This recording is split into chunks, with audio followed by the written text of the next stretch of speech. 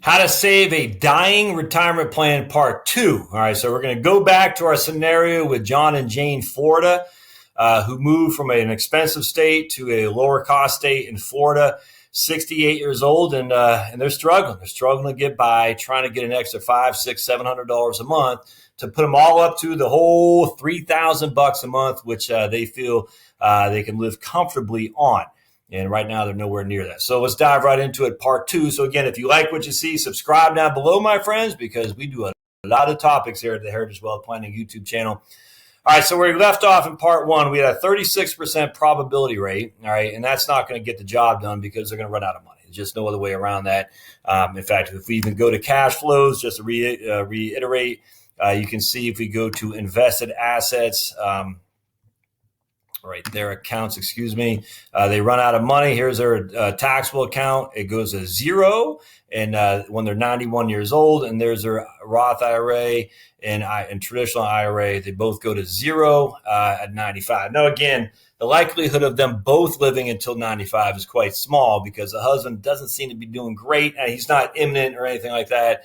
The wife seems to be in really good shape, but the problem is, even here, is that if he dies early, she's going to lose her own Social Security.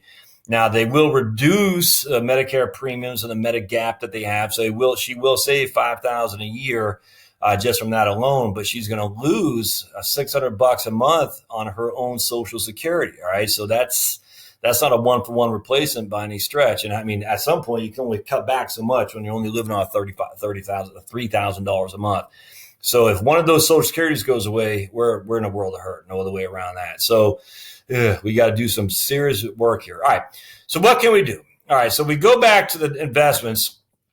And the first thing that I saw is that, hey, we got some, I don't want to go there. We have some money in this portfolio here. Could we annuitize it? A portion of the Vanguard, if not everything. Could we take an annuity, say for $100,000?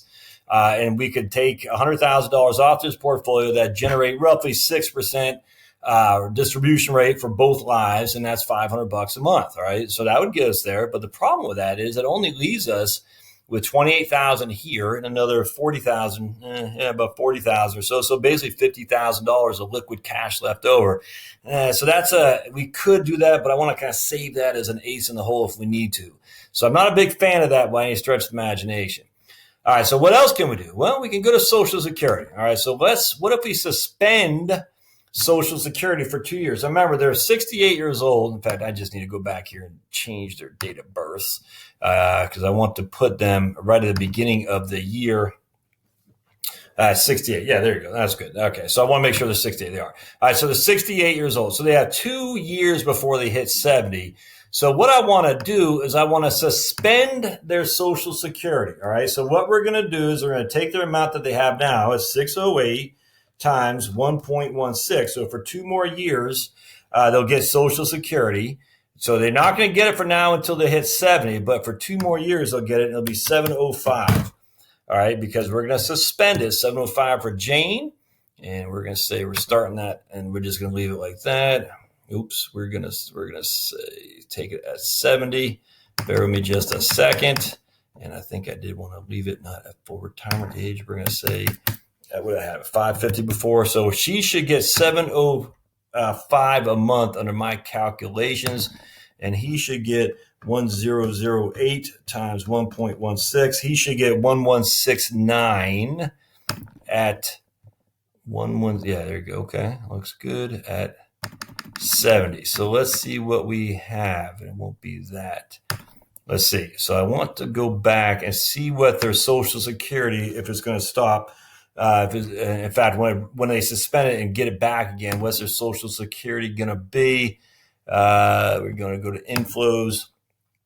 That's about right. Yep, 25,000 a year. So she'll get 1169 plus 7. What's she going to get? 700 something? And 705, I think. 184 times 12. Okay, that's about 25,000 a year. That's my that's right. I think that's right. Maybe just go back to the profile. Bear with me just a second, my friends, and because we're suspending Social Security, which means she will get 5. Oops, I don't think that was 5. That was 1 point. Yeah, 726. There we go. 726 times 12, and he's going to get 8712. and he's going to get 1008 times 1.16. 1008 times 1.16 equals that times 12 times plus 8372. Yeah, so right around, okay, good. So that's right. This is going to be close. This might be a little bit higher than I like for this right here. So I'm going to, for Social Security, 25. I'm thinking more about 24,000. So I'm going to go back to his a little. Now, again, I don't know what the numbers are at the Social Security. So I told him to go down to Social Security and see what they say. So I think what I'm going to do here is just reduce his to about 900. And because that should give us about 900, 1.32. That should be about right, I think. Let's double check. Retirement, cash flow, social inflows, Social Security. Yeah, that's about right. Okay, good. So that's what we want. And that might even be a little on the low end. Either way, I want to suspend Social Security for 2 years. All right. So the rest of 2018, and the drawback about this software is it doesn't give you the specific date. It just says in 2020, that's, at the beginning of 2020, they'll get their Social Security with their delayed earnings credit. So this won't be it'll be a little bit off. No other way around that. In fact, I don't even know exactly the numbers that they're going to get. But I told them, go down to Social Security and suspend it for 2 years. And that way we can boost our retirement income by that amount of Social Security, which is going to do two things. One, obviously, is going to give you those 8% year over year increases guaranteed with cost of living adjustments. And part two, when one of you all dies, the other spouse will get a bigger survivor benefit than what you had right now. So they agreed to do that. That's a good thing. So doing that, what does that do to our retirement? It takes it from 36 to 60, that alone. All right. So we've already gone a good way into making this last a little bit longer because we're saying we want to make sure that they get Social Security. Now, what does that do for their income? Well, they still need, basically $72,000 minus. So they need $36,000 a year, but they only have $8,400 come from Social Security. So they need $36,000 a year. I mean, not from Social Security, from their annuity. So they still need $27,000 a year times 2 to make up the difference. So they need $55,000 in cash. So what we're going to do is we're going to go back to their net worth. All right, because they're not getting Social Security for now in 2 years. And again, don't let the numbers exactly on the system I just showed you, because we're going from October 2018 to October 2020. And the software just does it year over year. It doesn't quite give us the half years or 10 months into the year. So we're just saying 2 years. In reality here, we need 2 years of cash to cover that we're not getting Social Security. That means we need $55,200 of cash. Now, again, in this variable annuity, we already have $15,800. All right. So now what we're going to do is we're going to make the IRA.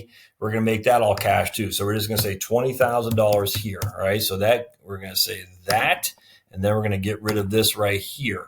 All right. So now we got $35,000 of cash, and now we're going to go in here. And we need 35,000 minus 35,000. So now we need 20,000 of cash down here in the Life Strategy Growth Fund to cover those 2 years. So now what we're going to do is we need 128,000. So let's just say we're going to have a nice even, we're going to put 28,000 in here. Why am I doing this? Because I do not want them to have to sell the market if the market falls off a cliff. In the last couple of days, we've seen some pretty good falls, even though the couple of days before that, we see some pretty good gains. So it just is a wash. But either way, we can't risk it. We need that money to be there. 34.23. 2,921 shares. Get rid of that. 2,921 shares is what they got. 2,921 shares. Okay, good. And that should leave us, $100,000. All right. So what we're doing here now is we're saying in our cash flow scenario, for the next 2 years, they're not going to have any money coming in except for their guaranteed annuity. Now, you saw that change a little bit. Don't worry. I'll show you something. They have no income. They have $4,000 coming in solely from their annuity, right? So that's all they got. On top of that, we have to put some money in cash to cover the fact that they have no other money coming in except for that annuity. And so what we're going to see here is income flows. We don't have anything other than the annuity. Now, I don't know if it'll say it won't. So what we got to show you is withdrawal from accounts. And you can see they're going to take that right there from the taxable account for 2 years running. All right. So we're going to take to make up the difference, we're going to take it from the taxable account for both those years alone. All right. So now we got 2 years of cash covered and we got an annuity to make up the difference. So at least for the next 2 years, we're fine while we're waiting on Social Security to kick in. Now, and I just want to double check on cash flows, income flows with Social Security. There we go. All right. Now, I did see something that might kind of stress you out a little bit that changed the plan quite a bit. Notice that it went from 36 to 60 to 18. And the reason for that is because we don't have as much in investments. So first thing you got to do is double check to make sure our investments are still lined up like we want. And it is, we got rid of the holding. Okay. And that's not good. Wait, we're right there. We got rid of the cash. So we want that to be in cash. We put $28,000 in cash there. So we don't want that. Oops, blink.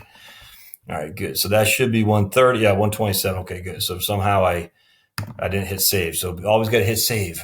Lesson for the silly. You got to hit save or else you're going to be in a world hurt. So let's see what that changes for the retirement plan scenario. It should jump up quite a bit. Well, not that much. So now we're still like, what are we going to do? And here's where the second part of this comes in. So the next 2 years are good to go, but still we need to have some cash flow coming in because our invested assets simply will not give us enough. They're still going to run out of money without question because we're going to pull money out. So what do we do? Well, in fact, what I would suggest, actually what we need to do is we need to change the analysis to pro rata. And where does that do that from income? I forgot where I do that. All right. Where do I do that? I got to change the income coming. Is it from tax? I think it is from tax. Bear with me just a second, my friends. Distributions. And we go down to sequential. We want pro rata. All right. That shouldn't change much. But the point about that is the computer's just pulling it from the taxable account. And I want to come from the annuities. Then I want to come from the IRA. Then I want it to come from the taxable account. All right. So now what else do we do? Well, now we got to change something else. Now we got to add another source of income, and we can do that by taking a reverse mortgage. So watch this. So we have what we can easily do is we say, and I already ran the numbers on a video I did yesterday where I did a reverse mortgage on some of the $130,000 of fair market value on their home. Again, the appraised value, not the assessed value, the appraised value. And we're able to generate about $300 a month in income for what's called a 10-year payment for the rest of their life. And so we're going to do the same thing here, and we're going to call this other income. Oops. And that's $300 a month, which would be $3,600 a year. And we're going to start in this year is owned. Now, the interest is tax-free because with a reverse mortgage, you don't pay income tax on the money you get out. You just don't. This is one of the benefits of it is your return of principal. So now let's go back here. And now we're going to go back to retirement, and it goes up to 72%. Very simple. All right, so what we've done here, all right, so we've done a lot of finagling. I get that, but a couple of things happening. We solved the issue, and again, if we can get 72%, I'm fine. The reason I'm fine because anytime I can get over 70, given the fact that the likelihood that both people live until they're 95 is probably not going to happen, but they wanted me to plan for both to live till 95. Now, watch what happens with a couple things. Let me back up. So what we've done here is we've suspended Social Security so we can get those 8% delayed earnings credits for the next 2 years. That's a big flipping deal, a big deal, all right, because it's guaranteed. It has a cost of living adjustment. It's the best annuity you can buy, bar none. And you need to do that. Number two is we reposition our portfolio to have a big cash holding to cover those 2 years while we're waiting on Social Security to kick back in. Oh, by the way, you can suspend your Social Security. That is correct. You can't withdraw your application and then pay it back. Those days are gone. I can't do that anymore. You can do it if it's in the first 12 months of taking Social Security, but you can suspend it. If you took it at 62, now you're 66. Like, I wish I would not have taken it at 62. You can suspend it and you will get those 8% each and every year delayed earnings credits. That's a fact. Now, you're not going to make any money between now and when Social Security kicks back in, which is why we had to reposition their portfolio to generate enough cash that they could take out all the while they're waiting on Social Security to kick in. But you saw what happened. That's going to make their probability of success drop significantly. But what are we going to do? Well, we're going to take the equity in their home and use that as an income source. And I'm just telling you, the idea that Dave Ramsey said that's a scam is crazy, because the alternative is to take a home equity loan. No one's going to loan money to somebody for $100,000 home equity line of credit if all they have for income is $2,500 a month. That's not going to happen, my friends. So you go now, a home equity with a reverse mortgage, a home equity conversion mortgage, a HECM, it's going to cost 2% of the the appraised value, not the assessed value. Assessed value is what the county has on it, which has nothing to do a lot of times with the appraised value. So it's going to cost them $3,000 right out the gate to take that reverse mortgage. We want to not have an origination fee. Maybe even I put $1,000 as the origination fee just to get the mortgage guy to get him paid. And then we're doing the lender's margin. All right. So the lender's margin is the current rate. So at the end of the day, it's about 5.5%. That doesn't bother me, though. All right. So what's going to cost about $6,100 in closing costs, which we can finance into the loan. We don't have to pay that back. $6,100. It's $3,000 from your mortgage closing, or from your what's called the mortgage insurance. So that way, if you die and the loan is worth more than the home, the government kicks in to cover you, makes you whole, which is what you want. You don't want to leave a debt to your kids.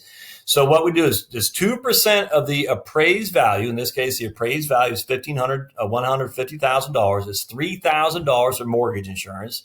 It's about another $1,500 to $200 or $2,000 in terms of the title. I hate that title work. It's such a silly scam, in my opinion, but it is what it is.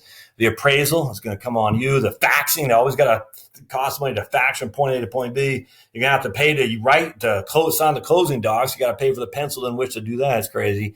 And then, of course, the origination fee. So in this case, it's $6,100 of closing costs, which I don't want them to finance out of pocket. I want them to put on the loan. Absolutely. And that'll generate about $300 a month for the rest of their lives. Husband dies tomorrow, $300 a month still for Miss Jane. Now, those are three things we've done. Now, watch. I want to show you something, though. Let's go to tax. All right, so they have no tax bracket, none whatsoever. In fact, if we go to the 1040, we'll see why. In fact, let's go to the 1040 for 2022, because that's when Social Security kicks back in. They have a small amount of tax-exempt interest. It doesn't matter. They have a pension annuity at $8,400. Now, notice you're not seeing something in here. So they got their annuity, their SPIA, at $8,400. They got a small capital gain. A capital loss won't matter because they have no taxable income. So this is their AGI. What is not showing up on there? Social Security and something else? The HECM, the reverse mortgage, is not showing up on there. So they have $11,097 of AGI, no taxable income because they have itemized deductions of, well, not itemized, standard deductions, $28,000. So they got no taxable income whatsoever. So they pay no tax. Now, given that their AGI is $11,000 and their taxable income is zero, I wonder if that means they can qualify for Medicaid. Medicaid. They got $24,700 Social Security, $8,400 in pensions and annuities, which is a SPIA, plus another $3,600 in this case in their home equity line of, not the home equity line of credit, their reverse mortgage, and they have no taxable income and only $11,000 of adjusted gross income. They are in the poverty level, and I don't know exactly what a poverty level is for a married couple filing jointly with no kids, but if that ain't it, I don't know what it is, and so they should be able to qualify for Medicaid. Now, if they were able to do that, and we can go back here and eliminate some of their expenses, where was the expenses? Right here. Or goals, health costs. So let's just say we can eliminate their health cost, and we'll just say it's $1,000 each. I mean, I don't know. And I don't know if this can happen or not, but my goodness, Medicaid is for poor people. And if you're only making $11,000 as gross income, I think that would qualify. So let's go to your retirement cash flow or your retirement analysis, and we just eliminate. Yeah, now we're at 100%. All right, so that they paid taxes their whole lives working. In fact, the husband, Mr. John here, was going to work at Walmart for $10,000 a year just to greet people so they can make an extra bit of money. But he can't stand up anymore that long. He's not in good shape, and he can't stand up, and his hearing is poor. And so at the end of the day, he can't do that even though he wanted to. Now, these people have worked their whole lives, and they're trying to take care of their kids. So don't tell me now these people are welfare mamas or something like that. No, they're not. They're poor. They have a home, and they got Medicare, which they paid for. They got Social Security, which they paid for. They both paid into the system. They just had some bad planning and some bad advice, and they still, even in this case, I'm sorry. If we can't afford to make sure that these people are freaking somewhat honorably taken care of, then the society, as I know it, is just kaput. This is not some freaking person living high off crab legs and filet mignon while they're on EBT cards. That's not the case. So I'm telling you right now, some people say, Medicaid, you're taking advantage of. No, Medicaid is exactly for these people. The people taking advantage of Medicaid are people trying to hide their assets so they can give it to their kids so their kids can live large, knowing full well that they have hidden their assets, and now so they can qualify for Medicaid. And there's lots of attorneys out there who'll show you how to do that. And that is what's wrong. Hiding your assets to qualify for Medicaid, essentially giving your assets to your children so they can live large while you qualify for Medicaid on the backs of people like these who paid into it. All right, so it's a three-pronged process. Suspend Social Security, take it back at 70. Review your portfolio to make sure you got enough cash flow as cash to cover taking Social Security, to cover while you're waiting to take Social Security. You got to have enough cash to make up the difference for when you're not going to take Social Security, because we do not want you drawing it from an investment portfolio that can fall off a cliff. All right, can't have that. And number three, take a reverse mortgage, man. There's $6 trillion of home equity out there in the U.S. Take a reverse mortgage, for heaven's sake. It will make your retirement plan solid. It will. Not for everybody. I'm telling you right now, it won't. Take the flipping reverse mortgage. I'm going to do a lot more on reverse mortgages because that has been new to me, and I cannot believe I missed it for all these years. People freaking out at night because the markets, they can't sleep, and they have a couple $100,000 in equity they could tap into. Take a reverse mortgage. In this case, if you're this poor, go and qualify for Medicaid, because Medicaid will pay your Part B and Part B premiums, Part B and Part D. And I think it even pays your Medigap as well. Now, you might still have copays and stuff. I don't know how it works, but I know it pays your Part B, Part D, and I think it even pays your Medigap. Now, don't quote me on that. Either way, if we can save a couple extra $100 a month on Medicare because Medicaid is helping us, why would you not do that? Now, again, if you're living high in the hog, lighting cigars with $100 bills, don't do this. You should pay. I'm sorry. If you've got the assets, you've been blessed with assets, the financial well-being, you should pay for it for sure. I know you pay taxes. I know you have. Well, so haven't these people too. And they're only going to live off $3,000 a month. All right, so I hope this helps. So again, the 3 ones: suspend Social Security, redo your portfolio so you have enough cash. I guess it's 4. Redo your portfolio so you got enough cash you can draw into without drawing a portfolio that's fallen on hard times like 2007, 8, and then 2009. Do reverse mortgage. A reverse mortgage, absolutely. And then if you can qualify, see if you can get on Medicaid as opposed to Medicare. And that, my friends, is how you save a failing retirement plan. So if you like what you see here, subscribe below. Comments are always welcome for sure. Comment, thumbs up. We'd love to hear your thoughts on this. And we'll see you next time at Heritage Wealth Planning YouTube channel. Thanks now.